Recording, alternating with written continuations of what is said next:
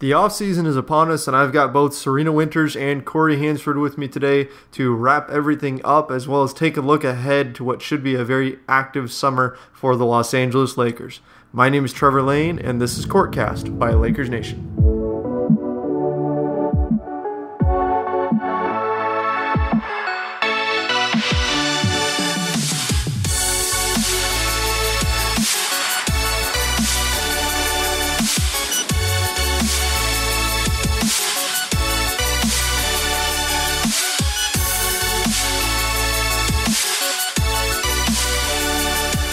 Today I have Lakers Nation reporter Serena Winters and Lakers Nation senior editor KYRIE Hansford here with me to help me break down the Lakers season, which has just come to a conclusion. Guys, first of all, thanks so much for joining me today.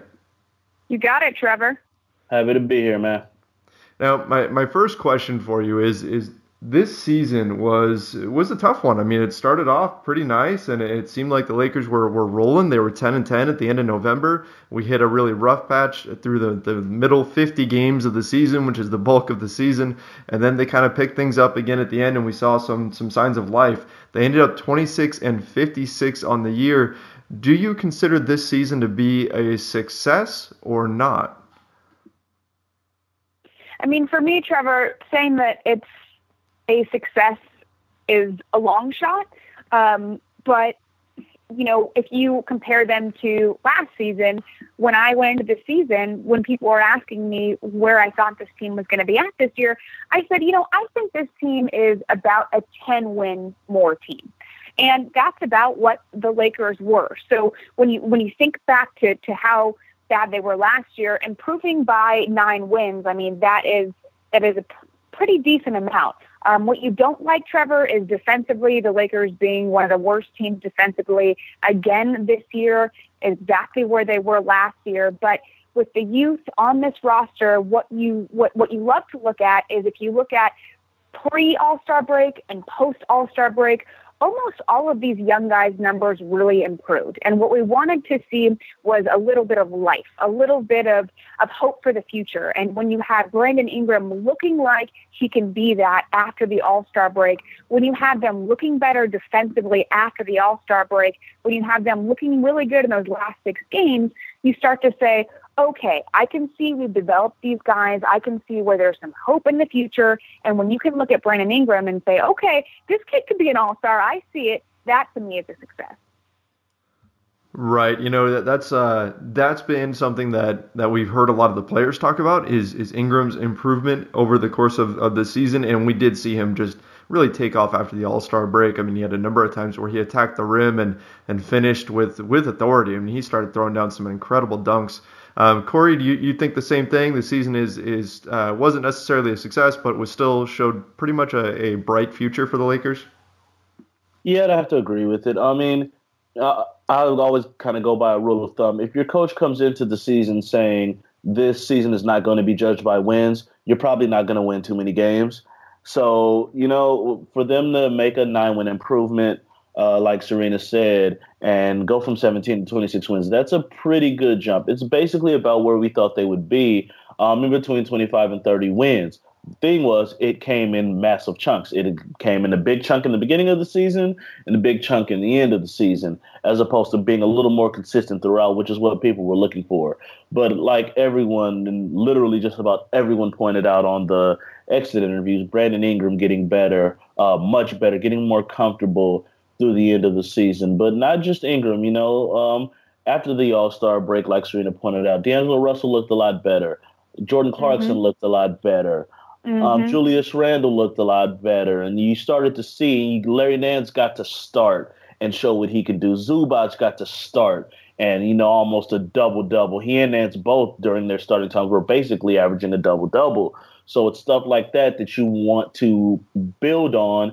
And going into next season, or even as Meta said, going into the summer, carrying it on in the workouts, it gives you hope that, okay, we learned, and by the end of the season, we started putting it together. Now, if we take another jump in the summer and we come back, it'll be at an even higher level for next year.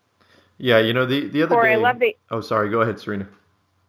KYRIE, I love that you mentioned the Brandon Ingram in the exit interviews, because I was sitting there all day, and granted, we might have asked some of the players what they thought of Brandon Ingram, but I mean, completely unprompted, unsolicited, every single player was talking about Brandon Ingram.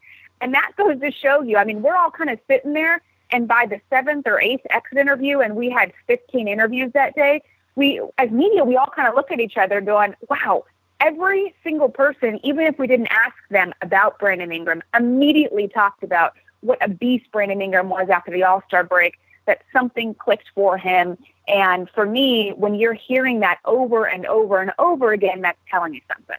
It was even to the point that some people and a lot of fans were pointing out, going, all right, everyone's talking about Ingram.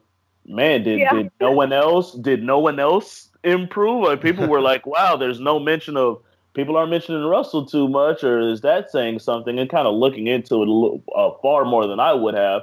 But it was so apparent that everybody was mentioning Ingram, that the fact that other guys weren't, mainly Russell, wasn't getting mentioned as much, stood out to people. That's so funny to me, because it's like, of course, you know, and I love the fans, but of course the fans are going to find something negative about the fact that all the players were mentioning Brandon Ingram. Like, can't you just give the kid, can't you just give him some credit and not have it be like, oh, hey, now that all the players are mentioning Brandon Ingram, well, D'Angelo Russell sure must not be impressing. No, fans, that does not what this means. What that means is we had a young rookie kid going into the season who wasn't impressing too much before the All-Star break, didn't look like necessarily he could have that upside, that star power, and then something clicked for him, and everybody's noticing it. And just take it for what it is. Just enjoy that. Hold on to that. Fans didn't have much to hold on to. So don't think it, you know, oh, man, D'Angelo Russell must not have been impressing. Come on, fans. Come on now. Right. Well, you know, I don't think it's a debate here that Russell is the most polarizing of the Lakers players. So I think that anytime there's an opportunity to pile on Russell, there's a certain subset of Lakers fans that are going to jump on that. And then there's another subset of Lakers fans that are going to jump to defend Russell. So it seems like even if he's not being mentioned, the fact that his name isn't in there becomes a talking point for some people. And it's amazing to me. But I don't want to get too far away from Brandon Ingram here, because I do have a question for you about him, Serena. From doing this show, I've talked to a number of people who have been around the team, and every single person I've talked to so far has been impressed with Brandon Ingram's work ethic. They say that his work ethic is just on another level, and they mention Zubac as well as being right up there with Ingram in terms of the amount of work they put in. And you're around Lakers practices, you're around the team during the games. Are you seeing the same thing? Oh, yeah, absolutely. I mean, he's focused when he's in there pregame. He's never late that I've seen getting the shots up. He's always out there. And from all the assistant coaches to Luke to the players, that is always something that is mentioned. That's his focus. You know, you're not gonna see photos of him going out and partying in LA. You know, he's not one of those guys who's really caught up in the LA lifestyle yet. You know, hopefully that stays that way, and sometimes it doesn't, as we've seen in the past. But he does. He has that work ethic. He is, you know, ultra focused, and all of the coaching staff recognizes it. And when you have fellow teammates recognizing it, yes, I mean, absolutely. Now, Zubac has been mentioned in that same breath, and I'm a big fan of Zubac's game. I think he's a Marc Gasol clone in some ways. When you look at his touch around the rim, his ability to step outside. I mean, we've seen him even hit 3-pointers in practices. I can't wait for him to unveil that during the games. He's been a real breath of fresh air this season. But something that was interesting that I noticed during the exit interviews was that Timofey Mozgov said he doesn't believe Zubac is ready to be a starter just yet. And of course, Mozgov is going to be biased there because he wants to be the starter. And Zubac himself said he would prefer to start. So I want to get both your opinions on this. Is Zubac ready to be a full-time starter next season? And we'll start with you, Corey. I think the main key for Zubac being a starter is going to be on the defensive end. And it's something that he pointed out himself in his exit interview. He wants to get a little quicker, wants to be able to chase, you know, switch out on guards a little bit. When you got a traditional center, and there's not a lot of traditional centers left in the NBA, when you have traditional big guys, the main rule for opposing teams is to switch them, run them in pick and rolls, and get them chasing out guys on the perimeter because most of them can't do that.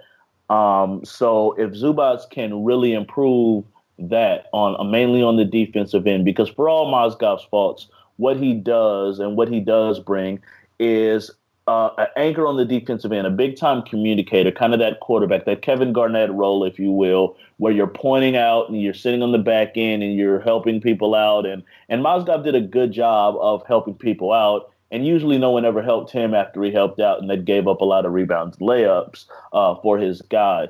So it's also going to be a matter of the team as a whole improving defensively. But if Zubac can show that he can really be that anchor of the defense, I think he's definitely starter ready, because offensively he brings a lot of skills and a scoring ability and a finishing ability that Mozgov just doesn't bring. But when you have a number of scorers already in the starting lineup like the Lakers usually do, you don't necessarily need that immediately from your center. You want someone to be able to hold down the defense. So if Zubac can prove he can handle that part, I don't think there's any doubt he'll hold down the starting spot next year. And for me, Trevor, I mean, sitting there in those exit interviews, I knew immediately when Timo said that he doesn't think that Ivica Zubac is ready to start, that it was going to be a huge deal with the fans and all of that. I didn't see it as a big deal when he said that, because if I'm in Timothy's position, I can't imagine not saying that. I mean, they're paying you this much money. You believe you're a starting center in this league, and Ivica is still a teenager. So for fans upset that he said that, you shouldn't be, because I would say the same thing if I was in his position, and I would also expect the same thing if I was in his position. Because when the front office, which has obviously changed now, but when the front office brought Timothy in here, it was to be the starting center. I think that if the Lakers don't figure out a way to trade him, or if it looks like he's going to be around here next season, I think you do start him next year. I think you start the season just like you started the season this year, with him in that starting role. Because if your goal is to now make the playoffs, and clearly what came out of those exit interview meetings, because I had asked all the players about that, was that Rob Pelinka and Magic Johnson had talked about next season the goal was playoffs. You don't put Ivica in the starting lineup. And that's not because that he's not ready necessarily for it. Maybe you do it again like you did later down the line, but you need to go into the season, game one, with the mentality that your goal is to make the playoffs, and you need to put the best starting unit out there. And the fact is that Timo's a lot better defensively, and although we've seen a lot of flashes from Zubac, and I think he's going to be a great player in this league, he is slow, a couple steps slow defensively. You can see him missing those defensive assignments. And why not have a young teenage kid still get a lot of minutes in the second unit, picking up and learning to go against those backup centers and doing well against those backup centers and putting him out there in the line of fire right away starting. I just don't think that he's necessarily 100% ready for that. And plus, there was some, it definitely created, I don't know if tension is the right word. I don't think that's it, but having Timothy on the bench and not playing was 100% a huge issue for him. And if you were going to have him be a part of this team moving forward, put the guy in the starting lineup to start the season. Yeah, I'm with you on that, Serena. I'm one of the biggest Zubac fans out there. I think he's got an incredibly bright future. He's awesome. But Mozgov is the veteran, and if the goal is playoffs, which I'm so glad that you mentioned that, if the goal is playoffs, then I think you do start the season with Mozgov. And if Zubac proves that he is the clear head and shoulders better player, then maybe eventually you make the switch and you move him into the starting lineup. But I think the position has to be Mozgov's to lose, at least from the get-go. And then you let Zubac battle and fight and give him something to shoot for while he builds on success, like you said, playing against the second string players on the opposition. So again, you one thing, Trevor, too. Yeah, go ahead. I just wanted to say, because you were talking about Ivica's work ethic, a little backstory with that. Something I'll tell you, being there at the practice facility that I see all the time, is he will stay so late working with Bill Burka. And Burka's like 70 years older than him, it seems like. He might actually be 70 years older than him, because I think Bill, or 60 years older than him. I think Bill Burka is 89 or 90, and you got Ivica that's still a teenager. But working on him with that skyhook, he has been doing that since day one. And he works so hard with him on that. I can tell you that he is hands down a very, very good worker with a lot of work ethic in this league.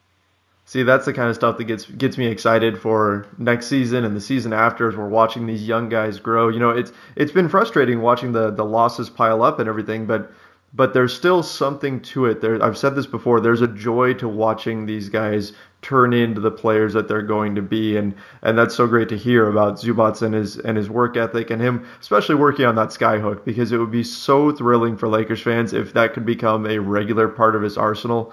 That would just be awesome for a player that everybody is still really, really high on. Now, the front office, you've got Magic Johnson and Rob Pelinka have mentioned, or at least we heard through exit interviews, have mentioned that the playoffs are a goal, which, I mean, they should be a goal every season. Getting to the playoffs is the goal for next year. And we also heard Rob Pelinka say that he has an attack plan for the NBA draft, and that is, if they keep their pick, he has an attack plan. And to me, that popped out a little bit, because the word attack, I don't know if you would use that term when you are just selecting your pick. So let's say the Lakers get the 3rd overall pick. If you're just picking somebody there, I don't know that you'd really use the word attack to describe that. Now, of course, they also have another pick with the Houston first rounder, but to me, that sounds like they're going to be aggressive, potentially maybe looking at trades. And again, that's just my own interpretation there. But I wanted to get both your opinions on this. Do you think that the Lakers should consider trading these picks if they keep them in order to jumpstart the rebuild? And we'll start with you, Corey. Absolutely. You have to explore every single option to improve this team. Rob Pelinka has been pretty straightforward and pretty open about, we've got to improve this roster. We believe Luke Walton is a championship coach. We've got to get him better players to work with. He said that pretty much flat out from day one. That is one of his biggest things. So you have to figure out, as they said, you spent this time evaluating these guys. And I'm sure they're going to continue doing that and talking to them over the summer. The practice facility is going to be open. They're going to be talking to guys. They're going to be seeing guys working out, who's really putting it in and who they want to be here, who's expendable and who's not. And when you hopefully, if they're able to keep that draft pick, that is another big bargaining chip for if you want to be able to improve this team a little quicker. That's going to be through trade probably. If you want to make it quicker. If it's just going to be more of a slow building, you still kind of want to keep the young guys around. That's more of a long-term thing. But if they're looking at the next year or two and we really want to make a leap, you're absolutely going to dangle that pick if you can. If you keep it, you have to dangle that pick, because outside of Ingram, that would be the biggest trade chip that you have in order to get a true game changer that people are mentioning, the Paul Georges, the Jimmy Butlers. You're not doing that unless you're giving up either that top 3 pick or you're giving up Brandon Ingram. If I'm one of those teams, I'm not even considering trading one of those guys if I'm not getting one of those things. And personally, as I've said before, I'm not trading Brandon Ingram for anything that ain't about Kawhi Leonard level right now.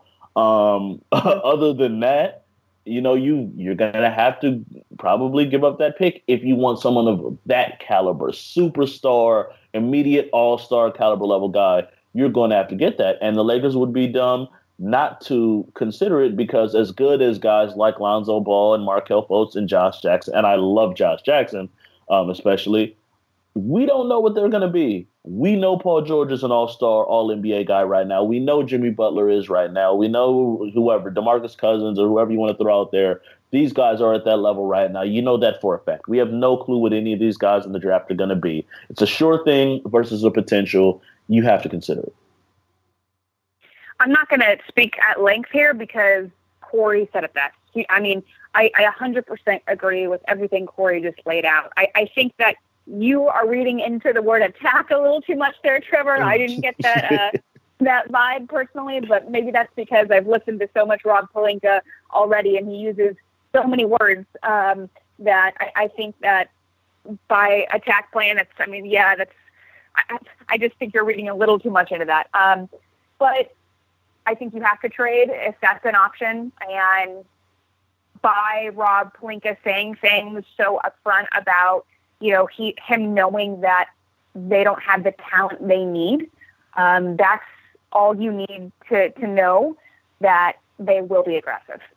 Absolutely. And they know the talent that they have right now. And I think that in their mind, ideally, they want to build faster rather than wait longer and continue to develop draft pieces.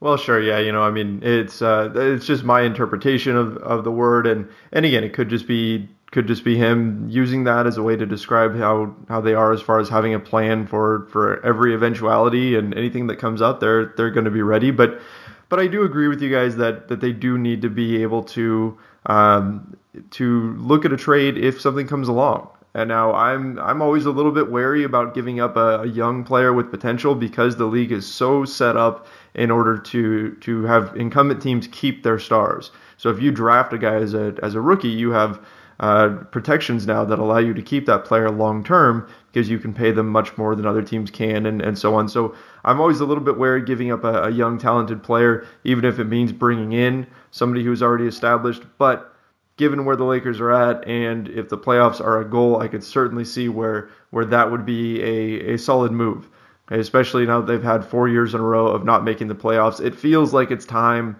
it's past time anyway, for the Lakers to finally make the leap and get themselves back into playoff contention. I mean, we know that they are a team where the fans expect a lot from them, and that's something that they're going to need to work on this summer, is to get to that next level and then hopefully make the playoffs this next year. But it's going to take quite a bit of work from Magic Johnson and Rob Pelinka in order to get there. So one name that has come up, and I've seen people talking about this on Twitter, and they're talking about it just about everywhere, is Carmelo Anthony. We know Phil Jackson had some comments about him, and it doesn't sound like he's going to be back. No. So we know Serena's take. No to Carmelo Anthony. Corey, what do you think? I mean, if I'm not giving up much, maybe, but he definitely doesn't fit Luke Walton's style, Luke Walton's system, what the Lakers are trying to do. If I'm giving up little here, just maybe I can't even. I'm not even sure I'd give up like Randall and the Houston pick or something like that. Like I ain't giving up Randall for Melo. No, thank you. I'll keep Randall. I'm questionable on now. He just doesn't fit what the Lakers want to do right now. I'm cool on it. I don't need it. We'll get back to more great stuff with Serena and Corey in just a moment, because I want to pause for a second to talk about shaving. It's one of my least favorite parts of the day. You guys have heard me say it before. The razors that I use are just way too dull. Replacements are expensive. It's a major problem. I always end up forgetting them when I finally give in and go to the store to buy some. I finally found a solution to the problem, and that is Harry's razors. Harry's delivers high quality razors. The handle grips perfectly in your hand. They have 5 German-engineered blades on these things. Absolutely fantastic. In fact, the quality is so much better than what I would buy at the grocery store. It's really incredible. The best part is they cost about half the price. Harrys.com is so confident in the quality of their blades that they want you to try their trial set for free. It comes with a razor handle of your choice, a 5-blade cartridge, plus shaving gel. Again, it's free when you sign up. All you pay is shipping and handling. To redeem your free trial offer, go to harrys.com/Lakers. That's right, it's that easy to remember. harrys.com/Lakers. Yeah, it's you're going to hear people talking about it, because anytime there's anybody on the trade market or any big-time free agent, the Lakers' name is going to get thrown in there. But I don't see a reason for the Lakers to trade for Carmelo Anthony unless the value is insanely low, like if they're able to shed Mozgov's contract or Dang's contract or something like that. in the deal, then I could see where it would make a lot of sense for the Lakers to go that route. But otherwise, yeah, I agree. I've seen the talk online, and I just don't think it's a great fit for either Melo or for the Lakers. Now, going back to this season, what was it that stood out to you guys about the young players? Was there any particular guy, aside from Brandon Ingram, because we already talked about him, any particular moment that really stood out to you as kind of like the moment that one of these young guys really stepped up and showed what they're capable of for the future? I don't know if there's one particular. Honestly, I really think that win streak at the end kind of showed me a lot, just in general, about the team, because I recall, I think about going into the All-Star break when things were just going bad. And it's like, all right, you got like one last game before the All-Star break in Phoenix, another young team. And the Lakers got blown off the floor. Absolutely destroyed. It was embarrassing, their last game before the All-Star break. And people were just like, they just checked out. They didn't care, just wanted to get to the All-Star break, and they just checked out. They could have done the exact same thing in those last few games of the season, and they didn't. Everyone was playing hard. The energy was up on defense. Even if the defense didn't improve greatly, you could tell just the energy and the activity was far higher than anything they had been doing the rest of the season. And to me, it just stood out that at the end, and I think it shows a lot for Luke and how bad these guys want to win for Luke. And how he's able to get to them, that they refuse to just give in and just check out. And I'm sure all of these guys are getting hit on Twitter and Instagram, getting mad about winning games at the end of the season, which fans, you need to stop. Do not go on people's Twitter mentions and DMs chastising them for winning games at the end of the season. That's the line. Agreed, definitely. I have a big problem with that. But you just see that, these guys, as much as, and that's one of the big things on Russell and Randle and how they just seem to check out games and and it has absolutely looked like they have at times throughout those first years. The end of the season, that was not the case. These guys, everyone was locked in. And to me, that says a lot about Luke and a lot about this team, and that they do have heart. And they are not sitting here just going through the motions. They're trying to win. And I, as I said before, that's just something to really build on going into next year. That's a good point, Corey. If I'm going to go player route and not be able to choose the obvious choice of Brandon Ingram, whose numbers were just phenomenal after the All-Star break. If anybody listening wants to know, I'll throw those in at you real quick since I have them here. Before the All-Star break, Ingram was averaging 8 points and 4 rebounds, 1.9 assists. And after the All-Star break, he was averaging 13.2 points, 4 rebounds, and 2.5 assists. So definite improvement there. But for me, I would choose Larry Nance Jr., actually.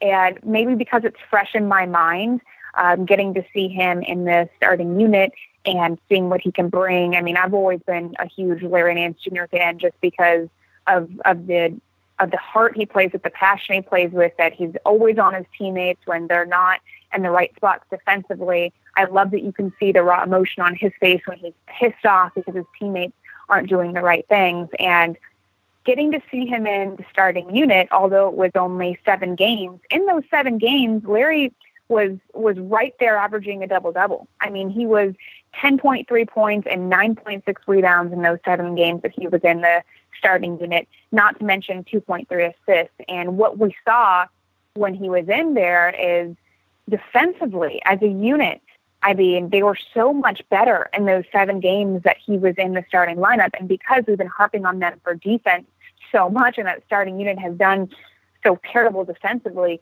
you can't think that all of a sudden with Larry in there, that's not a huge reason in terms of why they did so well defensively in those games. So for me, he definitely stood out as somebody who I think is a very, very solid piece to a roster, but definitely impressed with what he's been able to do. And although he is technically supposedly healthy, I feel like this kid isn't 100% healthy, and he's able to do that. So knock on wood that he can stay healthy next year, because I think that there's a lot more in store for him. Serena, Nance said that he'd like to get himself into the Defensive Player of the Year conversation at some point. Do you see that kind of a ceiling for him, or do you think that's more wishful thinking?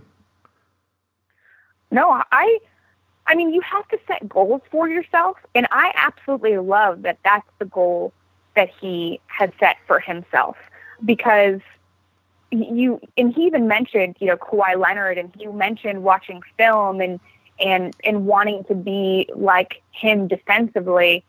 I think that if he stays healthy, I don't see any reason why that's not a possibility for him, because when Nance's on the floor, he's everywhere. All of a sudden, it's just like he's always touching the ball, or he's always getting a steal, or he's just impacting the game. When he's in there, he affects the game in so many ways. I don't see why that should not be a goal for him, and why we might not be. I mean, maybe he won't get the actual award, but I can see us talking about him in the discussion if he stays healthy in a few years. Yeah, I agree. Nance is a great guy to have on the team as a role player, and he was certainly impressive.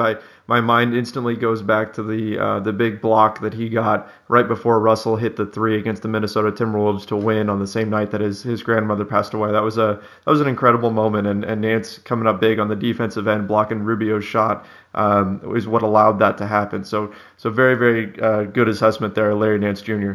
Now, before I let you guys get out of here, because I know we've all got stuff to do, we know that draft lottery day is going to be huge for the Lakers. It's May 16th, and I am going to be as nervous as all get out. And on lottery day, my thing, I'm not embarrassed to say, my thing is I have a pair of lucky Lakers socks. And I wear those socks on draft lottery day, even though they're thick, heavy socks. And it makes the day a little bit uncomfortable, but I wear them all day to bring the Lakers luck during the draft lottery. So my question to you guys is, do you have anything that you do on lottery day to bring the Lakers luck? What is it? And then if you could tell everybody where to find you online, on Twitter, all that kind of stuff. And we'll start with Corey. Sorry. I'll watch the lottery. That's about. I don't know. I've never been a superstitious, got to do this or wear this. That's just never been my thing. I'm nervous. I'll probably get more nervous as it gets closer. I got to the point where I was just at the point where, hey, I want to keep the pick. I hope we keep the pick. If we don't, then we don't. I just want to get past this era of worrying about wins and losses. And oh my God, it's protections and got to keep the pick. I would just be happy when that's all done. I don't have any socks or a jacket or a lucky rabbit's foot or anything. I'm just going to be praying to the basketball gods that we're able to keep this pick. That's all I can give you. Fair enough. And can you tell people? Go ahead, Serena. Go ahead. Go ahead, Corey. You can tell people where to find you, which I think is what Trevor was saying. Yes. You can find me on Twitter, on any social media at TheCoryH, the with two E's, TheeCoryH. I thoroughly enjoy trolling people who say dumb things on Twitter all the time. So please give me that joy if you so want to. I will gladly partake in it. Like Corey, I am not very superstitious, but I was actually thinking before I was about to tell you that no, I don't do anything. I just watch the lottery. Also, because I'm a reporter, I don't tend to wear any type of like a Lakers type stuff. However, I was thinking about it, and I have this Lakers shirt that I've had, I don't know, over a decade. It's like a Lakers tank top. It says "Lakers are for lovers," and I think I wear that actually on draft lottery day every year. And I honestly don't even think twice about it. I think it's just like routine for me, and I do that. But it's not because I'm superstitious or I think because it brings them luck. I just do it. So I guess I would assume that maybe I will wear that again, and maybe it's the one day of the year that I wear something Lakers related. And everybody can find me on Twitter at Serena Winters. My Instagram is Serena_Winters, and my Snapchat, I don't know. I think maybe it's Serena.Winters. There's a lot of like dots and underscores and things because people have taken my name. All right. Well, hey, thank you very much for coming on the show, guys. Really, really appreciate it. You got it. No problem, man. All right, so that was Serena Winters and Corey Hansford. If nothing else, we have found out that I am the most superstitious of the Lakers Nation staff, although I'll have to check with Ryan Ward on that and see if that's true. That's going to wrap things up for us today. You can find the show on iTunes, Stitcher, TuneIn, the CLNS radio app, and of course, LakersNation.com. We are a one-stop shop for all things Lakers, so please make sure you go check out LakersNation.com. My name is Trevor Lane. You can find me on Twitter at Trevor_Lane, and this has been Courtcast by Lakers Nation.